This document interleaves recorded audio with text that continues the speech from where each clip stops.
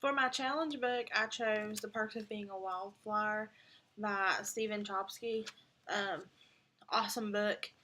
It's probably banned for a reason. It does mention many sexual content. It has illicit drug use, suicide, but it is a really good book for kids entering middle school, and I think they should get to read it because they are going to face a lot of the problems that this book does show and depict throughout it. Um, it's a 720 Lexile level, so fourth grade, fifth grade would be a good time, which would also be a good time for them entering middle school. I'll read you the first. The book's really by inserts, diary entries by Charlie, which is the main character, talking about. The first insert is about his friend Michael passing away due to suicide. But I can read you the first couple pages to get you a little insight on what's going on in this book and the struggles that Charlie's facing throughout his. He's a freshman. It starts out as August 25th, 1991, and it starts, Dear friend, I'm writing because she said to listen and understand, and you didn't try to sleep with one person at a party, even though you could have. Please try to figure out who she is, because then you might figure out who I am. And I really don't want you to, because I don't want you to find me. I didn't enclose a return address for the same reason. I mean nothing bad by this, honest. I just need to know that someone out there listens to me, understands, and doesn't try to sleep with every person that they meet. I know these people do exist. I think you of all people would understand that because I think you of all people would appreciate what that means. At least I hope you do. Because other people look for you through strength, friendship, and it's that simple. At least that's what I've learned. So that this is my life, and I want you to know that I am both happy and sad. I'm trying to figure out how it could be. I try to think of my family as a reason for being this way, especially my friend Michael. He stopped going to school one day last spring.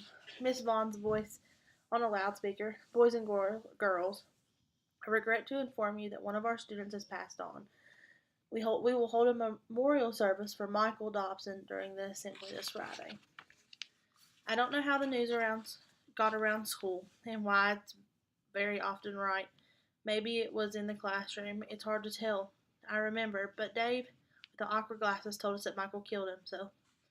His mom played bridge with one of Michael's neighbors, and they heard a gunshot. I don't really remember much of what happened after, except that my older brother came to Miss Vaughn's office in my middle school and told me to stop crying. Then he put me in my arm on my shoulder and told me to get it out of my system before Dad comes home. When he went to eat french fries at McDonald's, he taught me how to play pinball. He even made me joke because of the day he got to skip the afternoon of school and asked me if I wanted to help him work on his Camaro. I guess it was pretty messy because he never let me work on the Camaro before. At the guidance counselor sessions, they asked me a few of us who actually liked Michael to say a few words. I think they were afraid if some of us would try to kill ourselves or something, because they looked at us very tense, and one of them kept touching his beard. Bridget, who was crazy, said sometimes she thought about a suicide when commercials come on TV. Since she was sincere and this puzzled the guidance counselors, Carl, who was nice to everyone, said that he felt very sad, but he could never kill himself because it's a sin. This is what this one guidance counselor went through the whole group and finally came to me. What do you think, Charlie? What was so strange about the fact that I never met this man, because he was a specialist and he even knew my name? Well, I think Michael was a nice guy, and I don't understand why he did it. As much as I feel sad, that knowing, I think that not knowing it is what really bothers me. I just heard that it doesn't sound like how I talk, especially in the office, because I was crying still. I never stopped crying. The counselor said that he suspected that Michael had problems at home, and I didn't feel like that he had anybody to talk to. That's maybe why he felt all alone and killed himself. Then I started screaming at the guidance counselor that Michael could have talked to me, and I started crying even harder. He tried to calm me down by sitting and saying that he meant an adult like a teacher or guidance counselor, but it didn't work. And eventually, my brother came to the middle school in his Camaro to pick me up. For the rest of the school year, the teachers treated me different. They gave me better grades. They didn't, even though I didn't get any smarter. To tell the truth, I think I made them all nervous. Michael's funeral was strange because his father didn't cry, and 3 months later he left Michael's mom, at least according to Dave's at lunchtime. I think about it sometimes.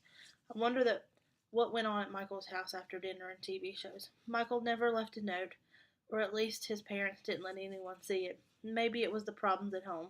I wish I knew. It might make me miss him clearly. It might make it might make me miss him more clearly. It might even make me made sad sense.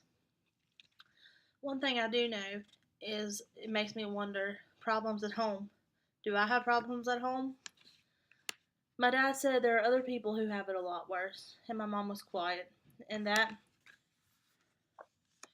was that. A month later, my sister met another boy and started playing happy records again. And my dad kept working, and my mom kept sleeping, and my brother kept fixing his Camaro.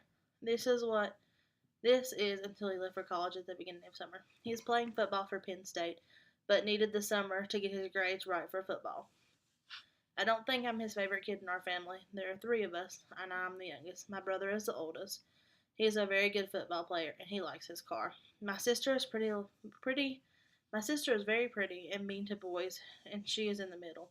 I get straight A's now, like my sister, and that's why they never leave me alone. My mom cries a lot during TV programs. My dad works a lot and is an honest man. My Aunt Helen used to say that was going to make me proud of a midlife crisis.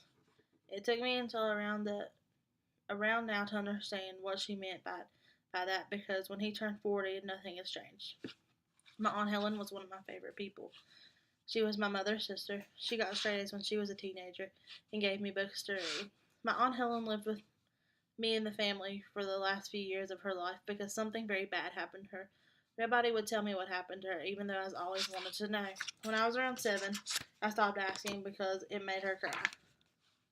I don't remember much more than that because I started crying really hard, and after a while, my dad and my mom take me to my room. It wasn't until much later that my mom had a few glasses of wine and she told me what happened to her sister. Some people really do have it worse than I do. They really do. I should probably go to sleep now. It's very late. I don't know why I wrote a lot of this down for you to read. The reason I wrote this letter is because I start high school tomorrow and I'm really afraid of going. Love always, Charlie.